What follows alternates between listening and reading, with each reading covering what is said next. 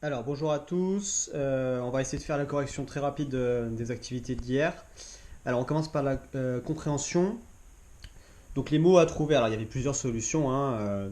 On parle de Zelda. C'est cet instant précis qu'une.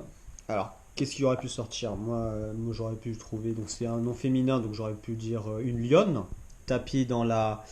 Vous aurez pu mettre Bruce, la savane. Choisi pour l'attaquer par surprise. Le fauve, il plante ses crocs. Zelda se bat. Du sang tacher sa robe. Je sais pas, noire et blanche par exemple. Dans un effort désespéré, elle réussit à prendre le dessus et à maintenir la tête de la lionne sous l'eau. Cette dernière suffocante à demi noyée finit par lâcher prise. Zelda s'enfuit aussitôt et rejoignit le troupeau de. Et là, alors, qu'est-ce qui était un petit peu difficile ou le petit piège? Voilà. Quand vous voyez les mots sabot, crinière, vous vous dites, tiens, on va parler d'un cheval. Et c'est ce que vous fait penser ce texte. Sauf que, qu'est-ce qui vous fait deviner que on ne parle pas de chevaux, mais bien de zèbres?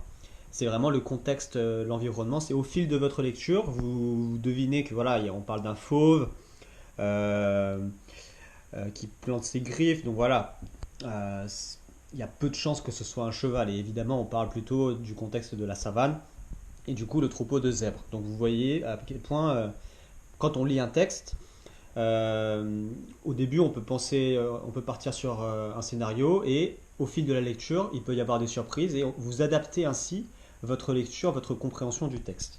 Donc même chose pour l'exercice 1. Qu'est-ce qui était comique ou qu'est-ce qui a fait que votre lecture a changé? Moi je lis, alors je ne vais pas vous relire tout le texte, hein, vous l'avez lu.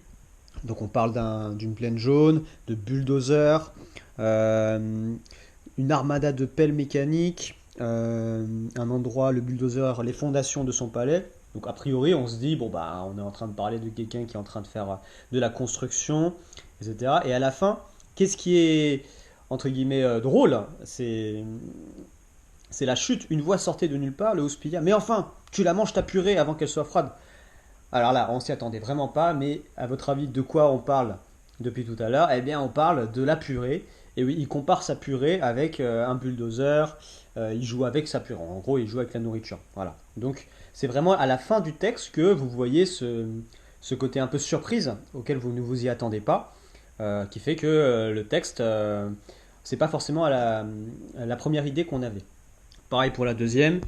Nanana, ça parle de quoi? Le voyou, la petite, on parle d'une vieille et d'un voyou. Et à partir de quand il y a une surprise, c'est vraiment quand voilà, c'est une personne âgée, donc on ne s'attend absolument pas que ici elle pose son mocassin et lui grimpe littéralement dessus, elle lui fait un incroyable saut périlleux.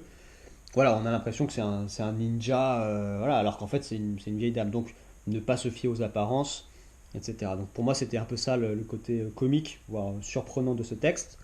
Et le 3, on parle de tonton. Nanana, il y a un petit nerveux en débardeur. Et il se fait doubler par la gauche. Voilà, on ne sait absolument pas, ça se trouve, il est sur un circuit automobile. Le signal est donné, tout le monde a commencé à déborder. On a l'impression que c'est une course, que c'est quelque chose, peut-être quelque chose de sportif, on ne sait pas. Et à la fin, tu es trop gentil Ludo, tout le monde en profite. Laisse-moi ta place, je vais te le commander, ton. Et là, c'est un peu c'est le dernier mot qui vous donne l'indice ou la chute de ce texte. Ton hot dog. Donc, qu'est-ce qu'il est en train de faire, tonton? En fait, depuis le début, il est en train de faire la queue pour acheter un hot dog. Et toute cette description de il se fait déborder, etc., c'est un peu voilà, une image qui se crée lui-même pour justifier son attente.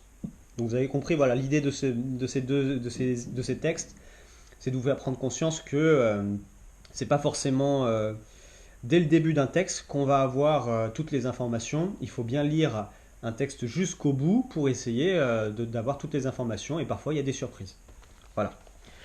On passe rapidement à la symétrie. Donc, alors je vous rappelle, bon, j'espère que vous avez bien lu la leçon. La symétrie vous l'avez vu dès le CE2, je crois, hein, avoir en CM1. Donc là, c'est vraiment de la révision. Donc il faut que ce soit bien clair. Un axe de symétrie, d'accord? C'est bien quand on plie la figure le long de cet axe, les deux figures doivent se superposer, d'accord? Donc l'exercice 3, il fallait voir à chaque fois si c'était symétrique ou pas. Donc ici, bon bah là on a les mêmes triangles, sauf que si on regarde bien, le vert il est décalé d'un carreau par rapport au bleu.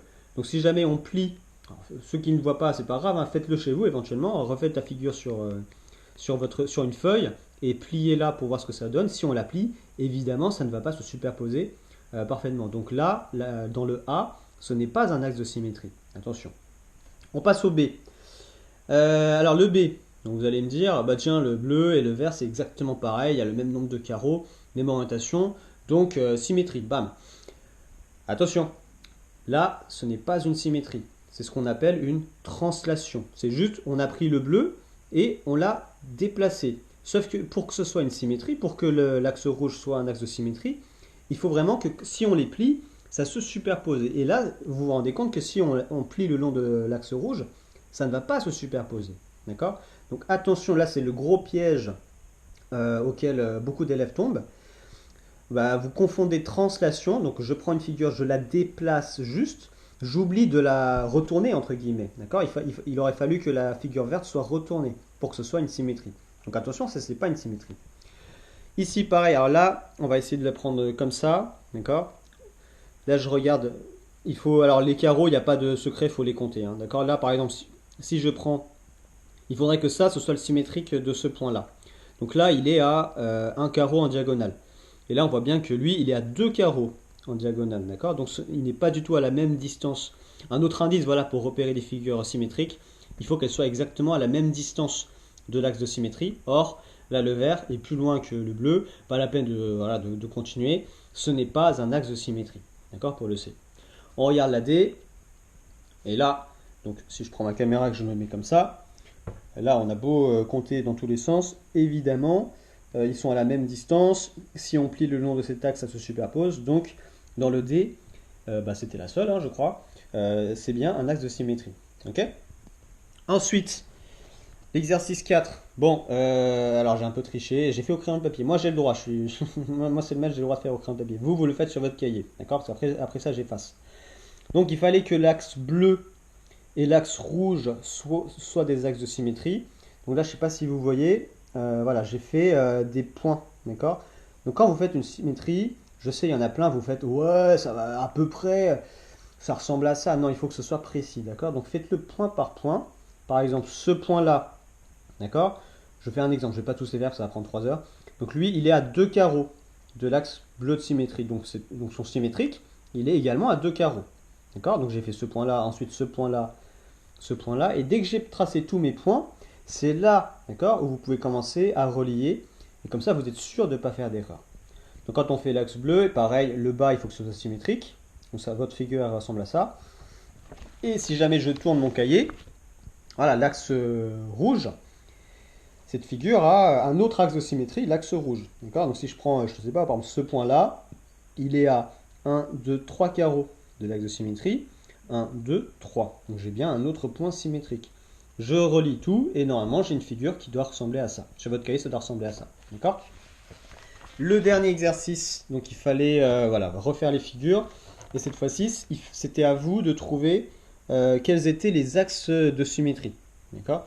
Donc si je prends celle-là, alors, il y a deux axes de symétrie. Celui-ci, d'accord? Et celui-là. Il y en avait deux.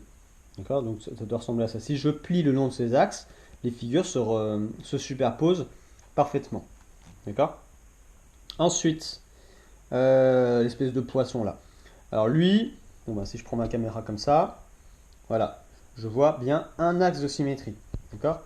Par exemple, voilà, ceux qui m'ont fait éventuellement cet axe-là, ça c'est pas un axe de symétrie parce que si on prenait que les triangles, oui, c'était un axe de symétrie.